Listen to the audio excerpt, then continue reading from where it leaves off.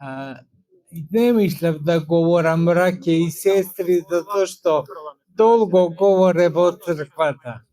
Меѓутоа, кога го видов вака замрзнатото езеро, веднаш се потсетив на 40 севастински маченици, кои еве во ваква вода ги спуштија насилно.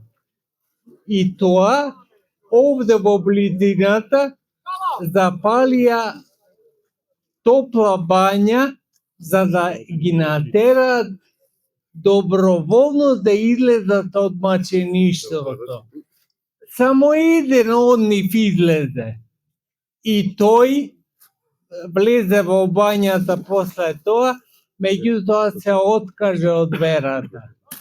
А другите 39 маченици сите умреа маченички во замрзнатото езеро. Меѓутоа, ова замрзнато езеро, после сите години на благослов кои ги има црквата, и нас се дава сигурност дека овие деца што ќе влезат во оваа замрзната вода ќе излезат здрави и ќе бидат поздрави од колку што влегле.